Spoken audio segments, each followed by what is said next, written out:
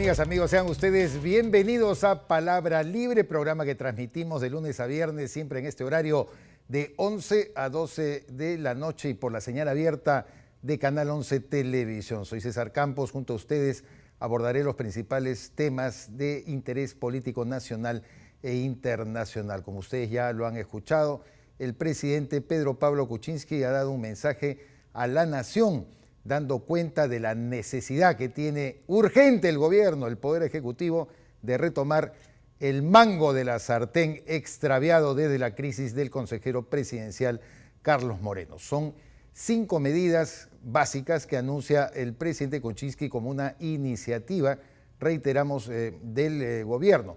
Primero, de la declarar en reorganización el despacho presidencial de tal manera que se pueda determinar bien quiénes son los elementos que van a activar en ese despacho y cómo queda depurado también toda la relación de asesores presidenciales luego de la renuncia de 3 de ellos o la expectoración de uno y la renuncia de los otros 2, el señor Jorge Villacorta y el señor José Laván. También ha dicho el presidente Kuczynski que esto se va a replicar en los ministerios, va a haber un escaneo completo de con quiénes cuentan los ministros de Estado como ayudantes, asesores, secretarias, cuántos vienen del gobierno anterior, como se ha comentado ya en muchos medios de comunicación. No lo ha dicho Kuczynski, pero hay muchos que esperan una revisión también en ese sentido.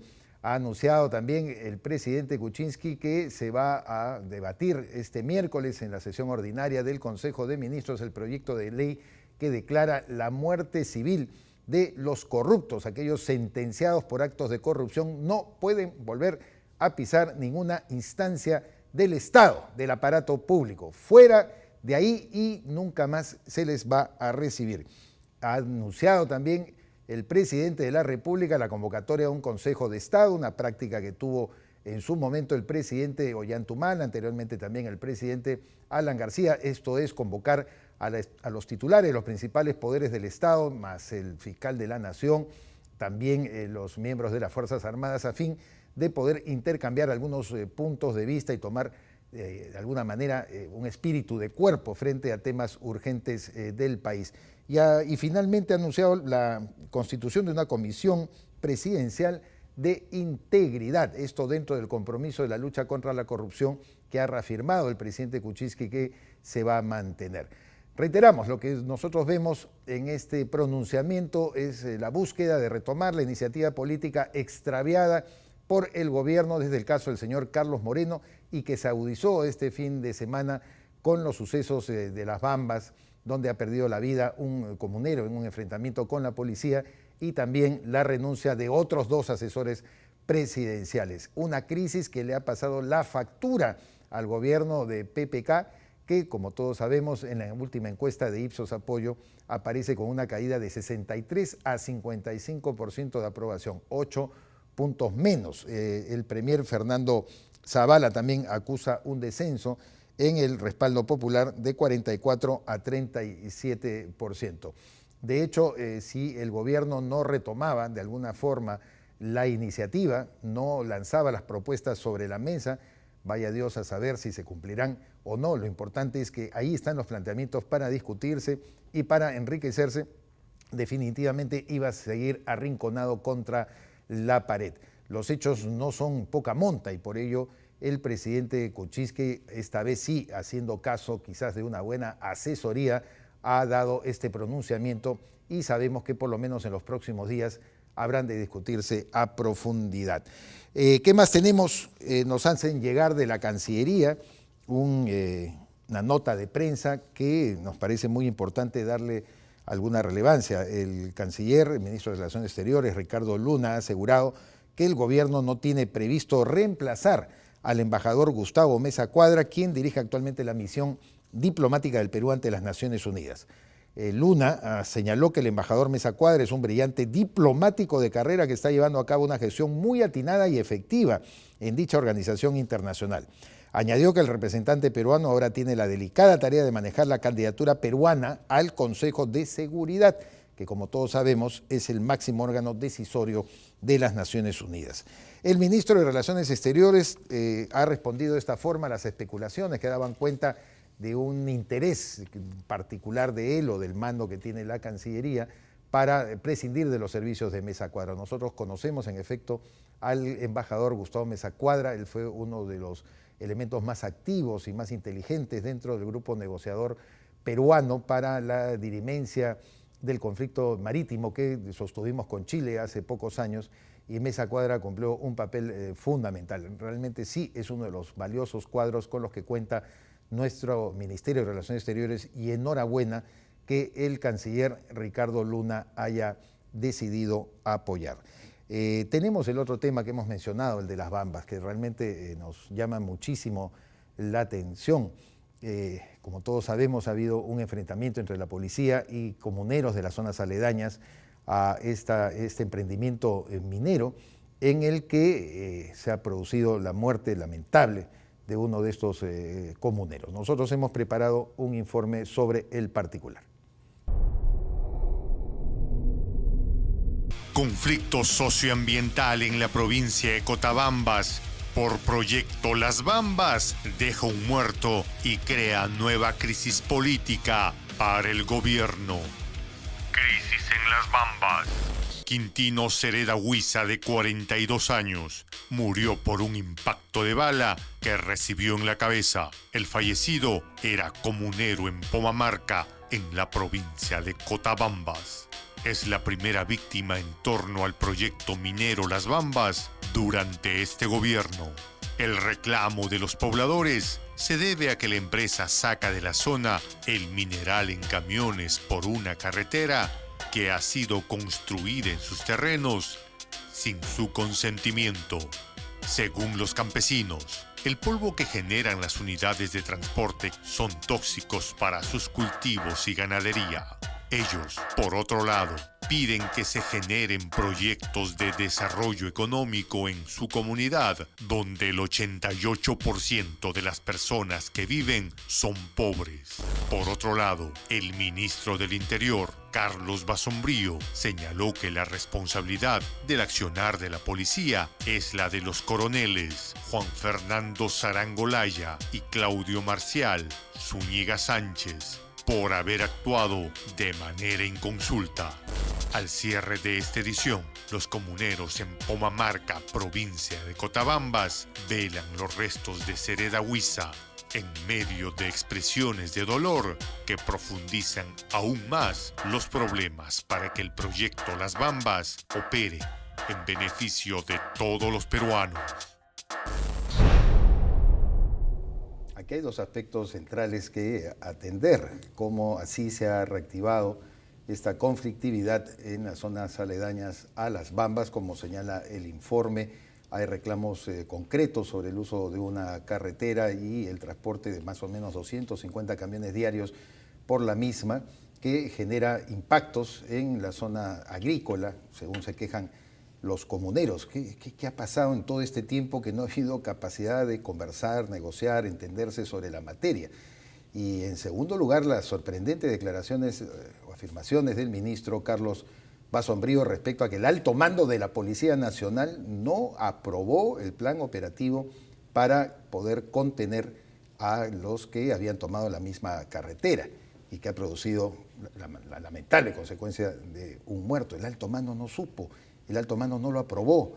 Hubo una determinación de 2 coroneles y ahí terminó la cosa. Esto ha sorprendido a la titular de la Comisión de Defensa del Congreso, la parlamentaria Luciana León Romero, quien ha señalado que pasado mañana, a primera hora, Basombrío deberá comparecer ante dicho grupo de trabajo parlamentario con el objeto de responder. Y en efecto, a lo largo del día todo el mundo ha manifestado su duda. ¿Qué pasa en la policía que 2 coroneles pueden tomar una determinación de esta envergadura con todos los antecedentes, además que tenemos, de las graves consecuencias que ha traído el hecho de no planificar bien cómo devolverle el orden a una determinada zona? Ya el Perú ha pasado muchos episodios, tiene muchos muertos.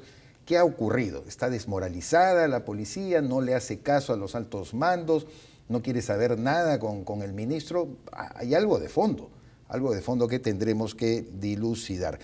Pero vamos a profundizar más bien en la naturaleza del mismo conflicto de Las Bambas y lo que se nos puede venir aquí en nuestro país con la doctora Delia Muñoz, ex procuradora supranacional de nuestro país, pero además la responsable de un máster en solución de conflictos que se dicta en la Universidad San Martín de Porres y que ya lo lleva hace mucho tiempo, porque esto tiene evidentemente también elementos técnicos que ponerse sobre la mesa. Delia, muchas gracias por estar con nosotros y bienvenida a Palabra Libre. Buenas noches, César. Una pena que estemos conversando sobre una persona fallecida y otra negociación fallida. Así es. El tema del conflicto en Espinar no es reciente. Así es. El tema en conflicto en Espinar tiene ya varios años, varios meses que están negociando. No es de que la población de un día para otro pues se vuelve loca y alguien los agita y van a reclamar de una manera descontrolada. Desde que ocurre la fusión por compra de Strata con MMG y entra la empresa china, ellos en el año 2011, después de haber obtenido la aprobación del estudio de impacto ambiental, hacen una modificación en la forma de funcionamiento de la actividad minera. Estaba previsto de que iba a haber un mineroducto, o sea que el mineral salía por un canal que no transitaba por fuera ni por camiones. Y luego no estaba prevista tampoco la realización de 2 pozas donde se hiciera el lavado del mineral y de los ácidos que se utilizaban. Es con ello que la población de Espinar apruebe el estudio de impacto ambiental. Luego, en el año 2013, los nuevos dueños presentan un informe técnico sustitutorio, sin consulta con la ciudadanía, que es el eje del problema. Se considera que el informe técnico sustitutorio es uno de tal naturaleza que no genera una modificación sustancial y por ende se puede presentar y continuar con la ejecución. El quid del asunto es eso. El Ministerio de Energía y Minas tiene que decirnos si tener o no un acueducto, un mineroducto. Es o no una modificación sustancial, para lo cual me imagino requerirán la opinión técnica de una serie de entidades. Y lo mismo si la presencia de estas 2 pozas que se señalan podrían constituir o no una afectación a las tierras donde los campesinos de Espinar cultivan o viven. Y ganando bien entonces toda esta explicación que nos das. ¿Desde cuándo está pendiente este tema? ¿Cuánto tiempo lo tenemos todavía sin resolver? 2 años aproximadamente. 2 años aproximadamente, ¿no es cierto? Con el conflicto anterior, que también trajo muertos, enfrentamientos, policías fallecidos. Es decir, en 2 años esto ha estado prácticamente paralizado en la capacidad negociadora. En los últimos meses ya se iba visorando el tema del conflicto, ya se iba marcando mucho más. Las personas que trabajan en la zona, que hacen el seguimiento, el monitoreo, ya sabían que las comunidades estaban realmente bastante preocupadas por este hecho. Lo que pasa es que tenemos un sistema de conflictos que trabaja de una manera bastante especial, no actúa con una celeridad y no va a un punto por delante, sino de que el esquema de negociación establecido por algunas comunidades es llevar la crisis al máximo, que exista ya un enfrentamiento entre empresa, policía y comunidades, y sobre ese extremo lamentablemente ganador y muchas veces con la vida de un ser humano de por medio, es de que se ejercen los mecanismos de presión para ir a negociar. Si ya sabemos que eso ocurre, ¿cómo continuamos que esto siga volviendo a suceder? ¿no? Claro. Ahora, las bambas es importantísimo porque en el esquema económico representa una parte sustancial de los ingresos del país por la venta que va a significar. Entonces tampoco es de que lo podemos dejar de lado, pero tienen que entrar a conversar con las personas. Ahora, ¿qué cosa es lo que se dice en las bambas?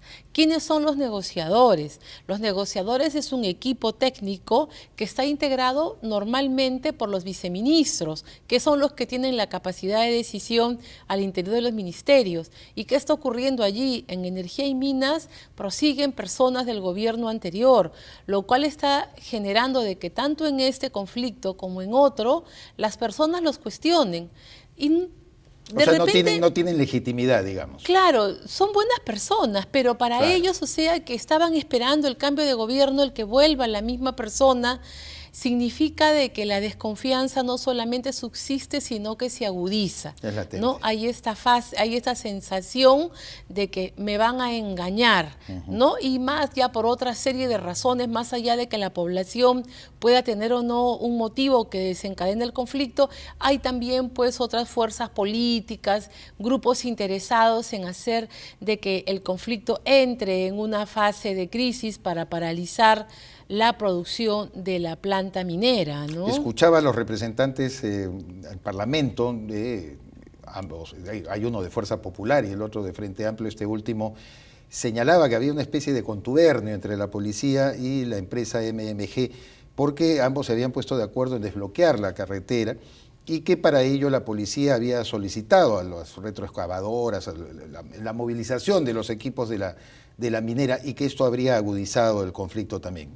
¿Es esto cierto? ¿Así lo ves? Mira, no se puede, creo yo, acusar de contubernio, porque contubernio implica un acto ilícito, algo que está por debajo de la mesa. Además de bloquear la carretera no significa... Además de que más que cumplir con la ley, ¿no? De que lo primero que tendríamos que tener en cuenta es eso, que una carretera no puede ser bloqueada, ¿no? O sea, ¿cómo es que permitimos de que lleguen las cosas a ese nivel? Ya las mecánicas en las que actúan las personas que conducen los conflictos, ya las conocemos. Entonces ya la policía, el servicio de inteligencia, los negociadores, los de la oficina de diálogo, ya deberían estar haciendo su trabajo, porque esto, mira, está en medios en forma abierta desde agosto. Ya en medios de que portadas incluso de periódicos que ya te iban marcando el timing de que tenías que hacer algo en Espinar, ¿no? Es doloroso comenzar sobre una vida humana. No se debe de paralizar la producción, pero yo creo de que sí se debe entrar a discutir si hace falta o no que esas poblaciones vayan a un sistema de consulta o si el Estado acepta la modificación para que se deje sin efecto el mineroducto con un informe técnico sustitutorio, ¿no? Entonces hay que analizar cada uno de esos puntos. La discusión es muy técnica con una población que evidentemente ahora está en el peor momento para conversar con ellos y aunado a estas quejas de la participación de la policía en el develamiento de los conflictos sociales. Para retomar el diálogo entonces, siendo muy técnico, como tú dices, el asunto y la discusión. El tema de fondo, ¿no? El tema de fondo, ¿cuál es el paso inmediato que debe dar el Estado desde tu punto de vista? Mira, en toda negociación, para que tú la retomes, tiene que haber confianza. Es lo primero que tiene que existir. O sea, si yo no confío en ti, ¿cómo me voy a sentar en una mesa de negociación? Tienen que cambiar los interlocutores entonces. Van a tener que cambiar los interlocutores, van a tener que entrar a trabajar con las comunidades de una manera muy directa y quizás la gente de la oficina de diálogo ofrecer a expertos, a terceras personas que les ayuden a tener una opinión que no sea ni la de energía y minas, ni la de transportes, ni la de la comunidad, para que puedan establecer si es de que lo que ellos opinan es cierto o estamos en una situación que requiere efectivamente una corrección. O el propio Luque también encabezar esto, ¿no es cierto? Yo lo doy por descontado, ¿no? Claro. Yo lo doy por descontado. Él es el jefe de la unidad de conflictos. El proyecto minero Las Bambas en este momento es uno de los más importantes. Hasta el momento ha sido uno de los ejemplos de buenas prácticas de negociación con las comunidades, ¿no? Entonces, no se puede permitir que el proyecto Las Bambas, que ha venido siendo, junto con el de Quellaveco, las grandes muestras de negociación en el sistema peruano, se nos caigan, ¿no?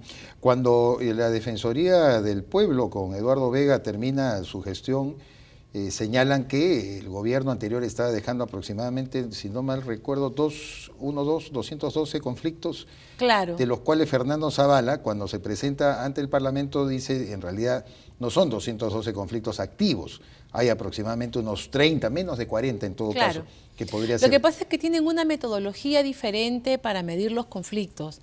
La Defensoría cuenta como conflicto todas las situaciones de riesgo, incluyendo aquellos en que ya pasó la fase de escalación. En cambio, la unidad de conflictos va a tener un cómputo solamente con aquellos que están vivos los reclamos. Y es por eso de que al terminar el anterior gobierno se establecieron más de 50 mesas de diálogo, un poco para establecer un puente en el momento de la transferencia. ¿Tú crees que este tema, este detonante de Las Bambas pueda también hacer fracasar las otras mesas de diálogo? ¿Esto cae como como un castillo de naipes, que genera perturbación en todo caso en las otras negociaciones? Mira, lo que ocurre es de que las personas que apoyan a las comunidades en los reclamos antimineros, como se les llama, son organizaciones que funcionan a lo largo del país y utilizan la misma estrategia, y en cada sitio van haciendo de que a través de las reivindicaciones que puedan ser verdaderas o positivas, se levante esta posición antiminera.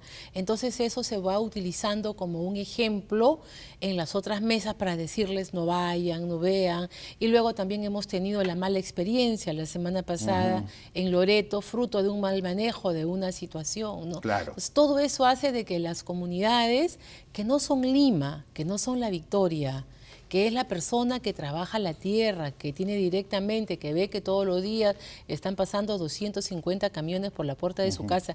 Yo le preguntaría al vecino, si a usted le colocan al costado una panadería, un supermarket, y van a ingresar por su calle 250 camiones todos los días, ¿usted qué cara pone?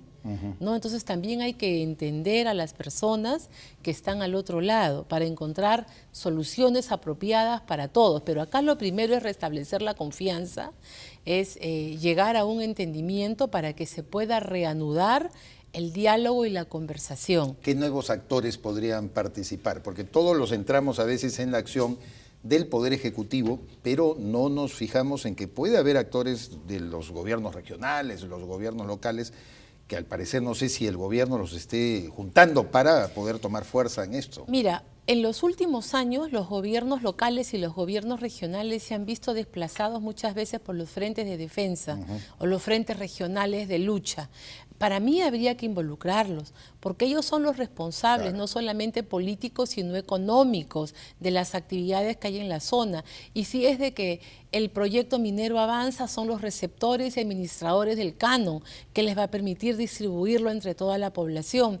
Yo creo de que ahí hay que hacer un rediseño de cómo se interviene y de cómo se participa en una situación tan delicada, y necesariamente tienen que utilizar a las personas que ya tienen experiencia de la Oficina de Diálogo de la PCM y de otros sectores involucrados, y renovarlos con caras nuevas. Lo que las personas quieren son individuos que tengan poder, que muestren que pueden solucionar los reclamos que ellos plantean. Y si el reclamo está claramente identificado, como en este caso, es más fácil, porque lo tienes en la mesa. Tú tienes que ver si políticamente, técnicamente, económicamente, qué aristas son las que tienes para que puedas ir tomando medidas concretas en cada uno de los casos. Ahora, apelo a tu visión de analista política en este caso, para que puedas decirme qué ha querido decir el ministro Carlos Basombrío respecto a que los altos mandos no aprueban un plan operativo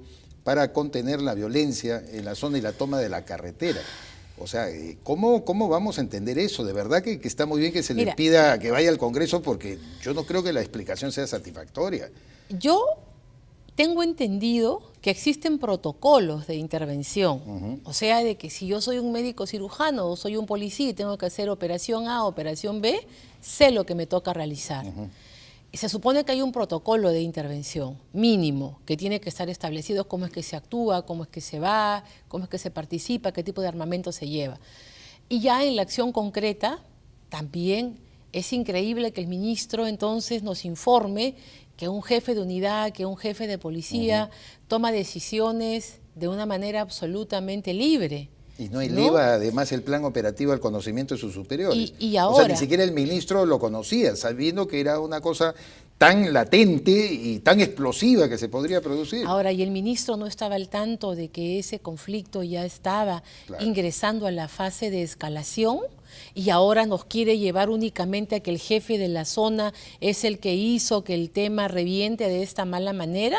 Yo tengo entendido que hay informes de inteligencia que los ministros reciben casi todos los días o de manera periódica, ¿no? Y en los informes de inteligencia lo primero que vienen son este tipo de conflictos. Y el conflicto del año pasado, exactamente, las Bambas también se habló y se mostraron en un momento determinado los informes de inteligencia. O sea, de que a mí la verdad es que el ministro Basombrío creo que ha querido dar una excusa pero me parece que con la excusa ha quedado peor, porque yo pienso que un jefe lo peor que le puede ocurrir es que tú no sepas lo que hace tu subordinado.